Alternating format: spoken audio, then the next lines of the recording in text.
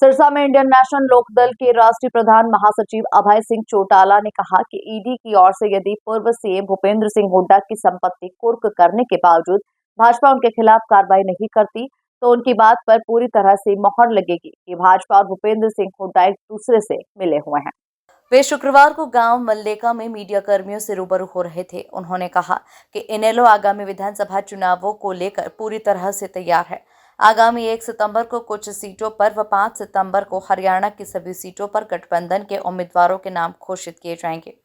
इनेलो नेता ने कहा कि उन्हें पूर्ण भरोसा है कि ऐलनाबाद की जनता उन्हें पुनः विजयी बनाकर हरियाणा विधानसभा में भेजेगी। अभय सिंह चौटाला ने कहा कि वे ऐलनाबाद से 5 मर्तबा चुनाव लड़ चुके हैं और यहां के मतदाताओं ने उन्हें सदैव प्यार व आशीर्वाद दिया है। उन्होंने कहा कि इस हल्के से उन्हें हराने के लिए प्रधानमंत्री नरेंद्र मोदी व गृह मंत्री अमित शाह ने सरकारी मशीनरी का प्रयोग करते हुए हर संभव प्रयास किया है, मगर मतदाताओं की वोट की ताकत ने ऐसी कोशिशों को विफल किया। अभय सिंह चौटाला ने कहा कि भाजपा व कांग्रेस शासन में ऐलनाबाद से विकास के मामले में काफी भेदभाव किया गया है।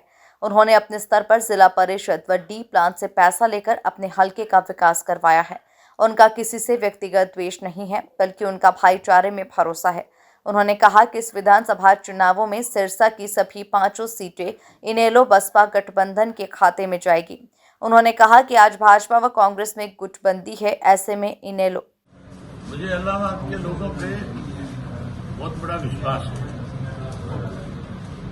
पिछले 5 चुनाव मैंने यहां से लड़े हैं, जिसमें 2 चुनाव तो ऐसे थे जब सरकार ने मेरे खिलाफ पूरी ताकत लगाई।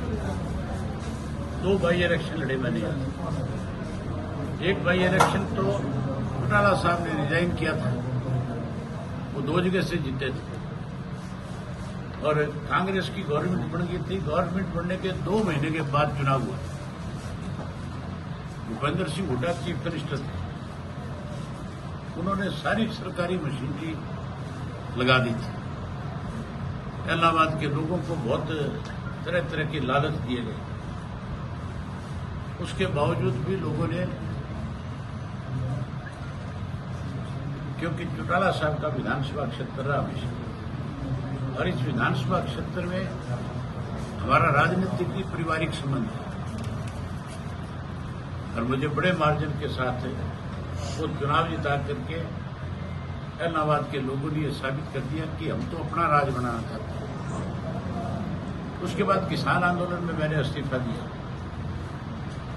और उससे पहले जो चुनाव हुआ, जब 75 पार की बात की जा रही थी, तब मेरे खिलाफ वोट मांगने के लिए अमित शाह थे और आखिरी दिन जब चुनाव प्रचार का था, उस दिन देश के प्रधानमंत्री मोदी जी भी आए थे और यहां तक भी कह के गए थे कि अगर ये सीट मुझे जिता करके दोगे तो मैं इलाहाबाद के लोगों को बड़ी सौगात दूंगा।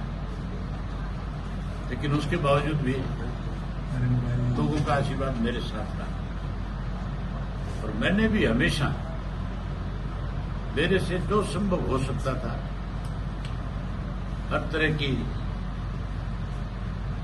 कोई कमी ना रही, उसके लिए काम किया। मैंने हमेशा एक चीज का ध्यान रखा कि लोगों का भाईचारा खराब ना हो, लोगों में आपस में विवाद ना हो और मेरा प्रयास ये रहा कि भाईचारा मजबूत हो, विकास के काम ज्यादा हो। मेरा व्यक्तिगत किसी से कोई विरोध नहीं है। मेरे लिए हर व्यक्ति जो है, जो सही है वो सही है, जो कोई गलत था मैंने उसको गलत कहा। उसके बाद जब बाई इलेक्शन आया मेरा, उस बाई इलेक्शन में भी कोई कसर नहीं छोड़ी सरकार ने। उन्होंने कहा कि आज भाजपा व कांग्रेस में गुटबंदी है।